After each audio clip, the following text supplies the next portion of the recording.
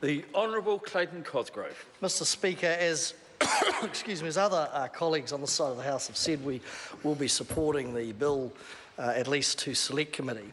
And I acknowledge a number of the points that have been made in respect of it. Yes, this bill does make some positive changes to address abuses in the tax system.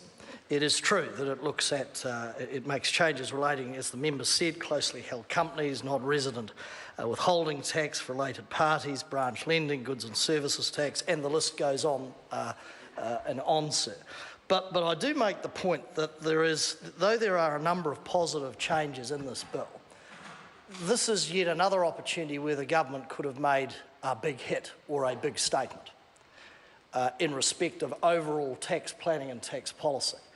But what you do have in this, as the sort of name reads like a sort of motion picture, is you have a mishmash of issues dealt with, sort of another sort of clean-up bill where a whole series of issues are thrown into a piece of legislation, and we're here, and it will go to a select committee, and we'll sort of, spend a lot of time cleaning it up. But if you look at some of the big issues, the member laughs, but I have to say, if you look at cleaning up, that committee has done a lot of wet work in terms of cleaning up National Party tax bills. If you go right back, sir, I'm glad he had a bit of a giggle about it. If you go right back, sir, to the bright line test, to the 2-year hold issue, an absolute mess when they got to the select committee, and I'm not talking about the chair, sir, not you, the committee, had to be cleaned up by FEC, and the member knows it. When you look at if you go back a couple of steps, members will recall the tax on car parks, the tax on computers, an utter mess, sir, that went to FEC, trumpeted by the then Minister Peter Dunn, and ended up on the cutting room floor.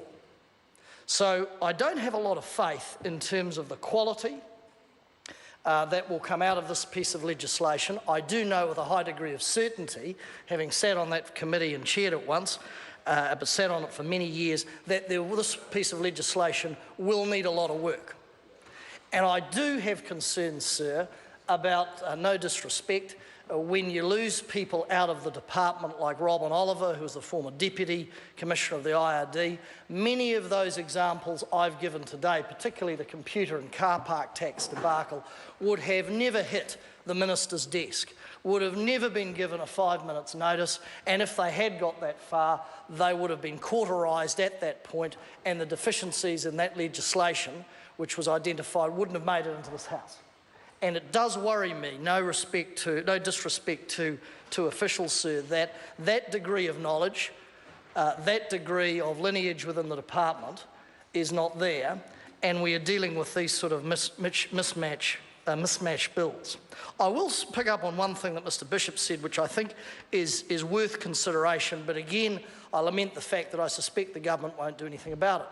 I think it is quite strange and bizarre and a waste of time, energy and money that every time we want to alter the charitable list, those who are entering the charitable list, there are 14 contained with this bill, that we have to convene the Parliament, we have to write up a piece of legislation, and we have to go right through the whole palaver every time this is done. I would have thought the great minds in IRD, the Revenue Minister and others, the great minds on the government side of the Select Committee, could have turned their intellectual capacity to coming up with some sort of formula that would allow us to circumvent that process. Because after all, what you're attempting to do in respect of charities is to ascertain, in effect, are they the full quid? Are they genuine? Are their aims and objectives in raising money in the variety of ways they do, and the utilisation of that money and the distribution of that money, does it meet charitable purpose? Does it fit within the legislation and the law? Now, I would have thought you wouldn't need to convene the Parliament, have a 2-hour debate to deal with that particular issue, if you will.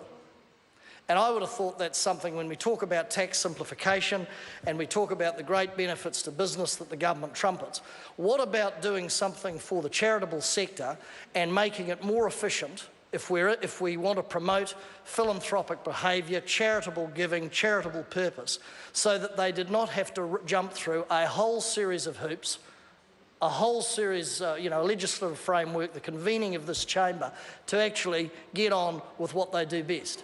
But that might be a test or a barrier or a height bar that's just a wee bit too high for some of the government members to address. I also want to address something that Mr. Mr. Robertson said in his speech, and it relates again to what could have been put in this bill, apart from a whole lot of tinkering measures, positive though they may be, in terms of dealing with big issues. It was very instructive this morning, sir, at the Select Committee, when Mr. Robertson asked the Minister, quote unquote, is any work being done by the IRD on a land tax? And the Minister, to be fair to him, he's a new Minister in the role, but he looked sort of possum in the headlights and asked Mr. Robertson to define what he meant by land tax. Well, I'm not an accountant, but I'd say it's a tax on land. But I thought so, that's a reasonable definition of what a land tax, bit of a leap of faith, a tax on land. Mr. Robertson then tried a third go, which was to say, well, why not, he defined it in the same way the Prime Minister defined it. Would that help the Minister? And the Minister's reply, and I summarise, was basically, well, you know, I don't quite know what the Prime Minister's definition is of. And then we sort of got to the guts of it, and the IRD Commissioner looked at the Minister, and the Minister looked at the IRD Commissioner. Both looked rather nervous, and we got a sort of answer that he hadn't had any advice, and the work plan of the IRD had not yet been produced. That was the answer. So I think if you sort of translate all that sort of gobbledygook out, I'd say, if I was a betting man, that you could probably put the House on some sort of land tax being worked on or appearing, probably with a different name, but a camouflage, but a shellac, in the IRD work program whence it comes. But there's an issue, of course, that and the international foreign trusts. Those are two big issues of moment, of huge concern to the communities, which have massive economic and fiscal implications for this country, which could have been addressed in this bill.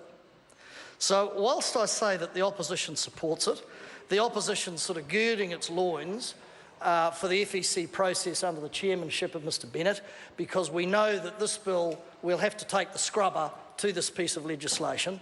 There will be some massive holes in it, as there always are when this sort of mishmash is presented to the House.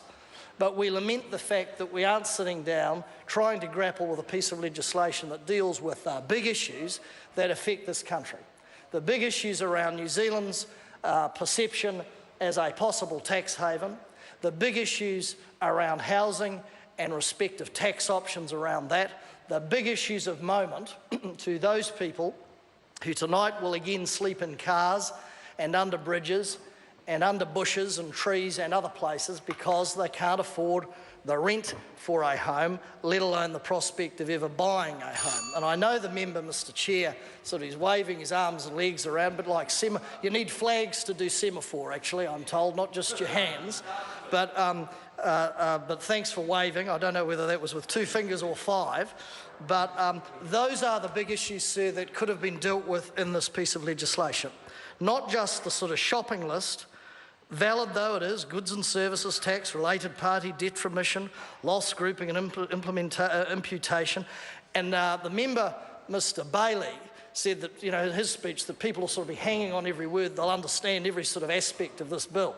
Well, the man who's become the sort of Bear Grylls of the Parliament with his sort of very worthy, I should say,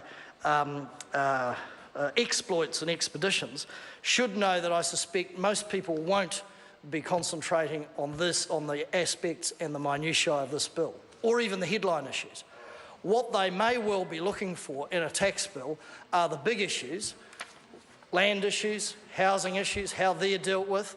Perhaps they might be looking at how the government might propose to deal with foreign trust. They're the sort of headline issues that they're reading the paper and watching the news every night, and they're the things that the communities are talking about. So I just say to Mr Bailey, he may want to re-engage with his community, have the odd clinic on a Friday or a Monday morning, and maybe ask a few people what are their priorities in terms of tax framework, tax planning and tax legislation. That being said, sir, we await with bated breath the officials' report at the Select Committee. Alistair Scott.